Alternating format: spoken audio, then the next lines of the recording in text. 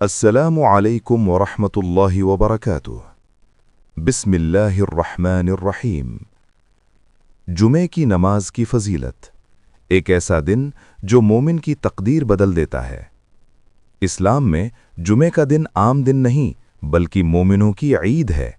یہ وہ بابرکت دن ہے جسے اللہ تعالی نے امت محمدیہ صلی اللہ علیہ وآلہ وسلم کے لیے خاص کیا۔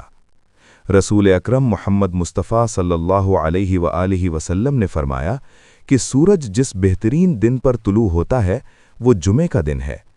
اسی دن حضرت آدم علیہ السلام کو پیدا کیا گیا، اسی دن انہیں جنت میں داخل کیا گیا اور اسی دن زمین پر اتارا گیا، یعنی انسان کی ابتدا بھی جمعہ اور انسان کا انجام بھی جمعے سے جڑا ہوا ہے۔ مدینہ منورہ کا ایک منظر تصور کریں۔ صحابہ کرام رضی اللہ عنہم اپنے کام کاج میں مصروف ہیں، بازار بھی لگا ہوا ہے، تجارت بھی ہو رہی ہے، مگر جیسے ہی آذان جمعے کی آواز بلند ہوتی ہے ہر چیز رک جاتی ہے۔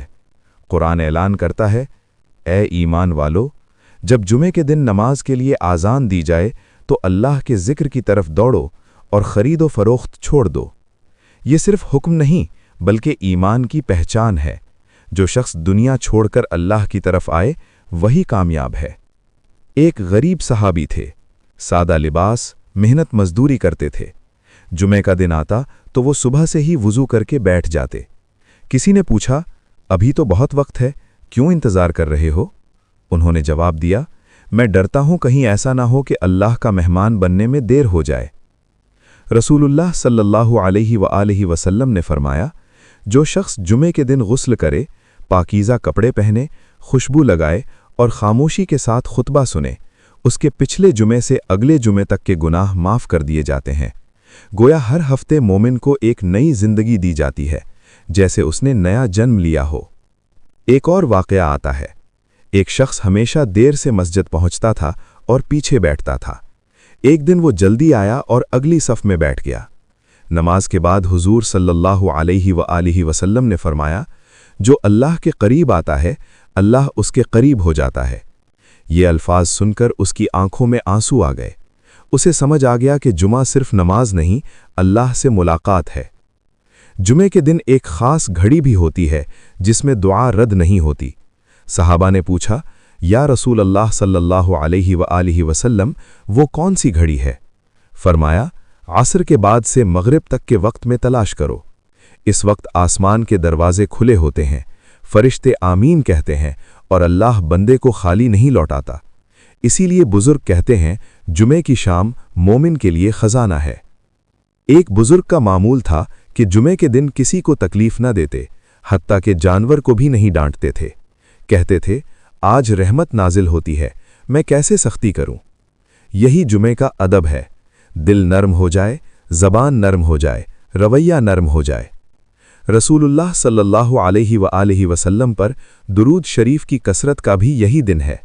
حدیث میں ہے، جمعے کے دن مجھ پر کثرت سے درود پڑھو، تمہارا درود مجھ تک پہنچایا جاتا ہے، یعنی امت اور نبی کا تعلق ہر جمعہ تازہ کیا جاتا ہے۔ ایک شخص گناہوں میں مبتلا تھا مگر جمعے کی نماز کبھی نہیں چھوڑتا تھا۔ کسی نے کہا، تمہاری زندگی تو نہیں بدلی، پھر نماز کا کیا فائدہ؟ چند مہینوں بعد وہ بدل گیا، آنکھوں میں خشوع، زبان پر ذکر اور دل میں سکون آ گیا۔ اس نے کہا، میں نماز نہیں پڑھ رہا تھا، نماز مجھے بدل رہی تھی۔ جمعہ ہمیں سکھاتا ہے کہ ہفتے میں ایک دن اللہ کے لیے جیو۔ دنیا سے نکل کر مسجد میں بیٹھو، خطبہ سنو، قرآن سنو، دل صاف کرو اور پھر نئی روح کے ساتھ واپس لوٹو۔ یہی وجہ ہے کہ مومن کے لیے جمعہ صرف عبادت نہیں بلکہ تربیت ہے، صفائی ہے اور نجات کا ذریعہ ہے۔ پس جو شخص جمعہ کو اہمیت دیتا ہے، اللہ اس کی زندگی میں برکت دیتا ہے۔ رزق میں برکت، دل میں سکون، گھر میں رحمت اور آخرت میں مغفرت، سب جمعے کی برکت سے نصیب ہوتے ہیں۔ اللہ ہمیں جمعے کی قدر کرنے والا، اس کی تیاری کرنے والا اور اس کے پیغام پر عمل کرنے والا بنا دے۔ جزاکم اللہ خیرن۔ خدا حافظ۔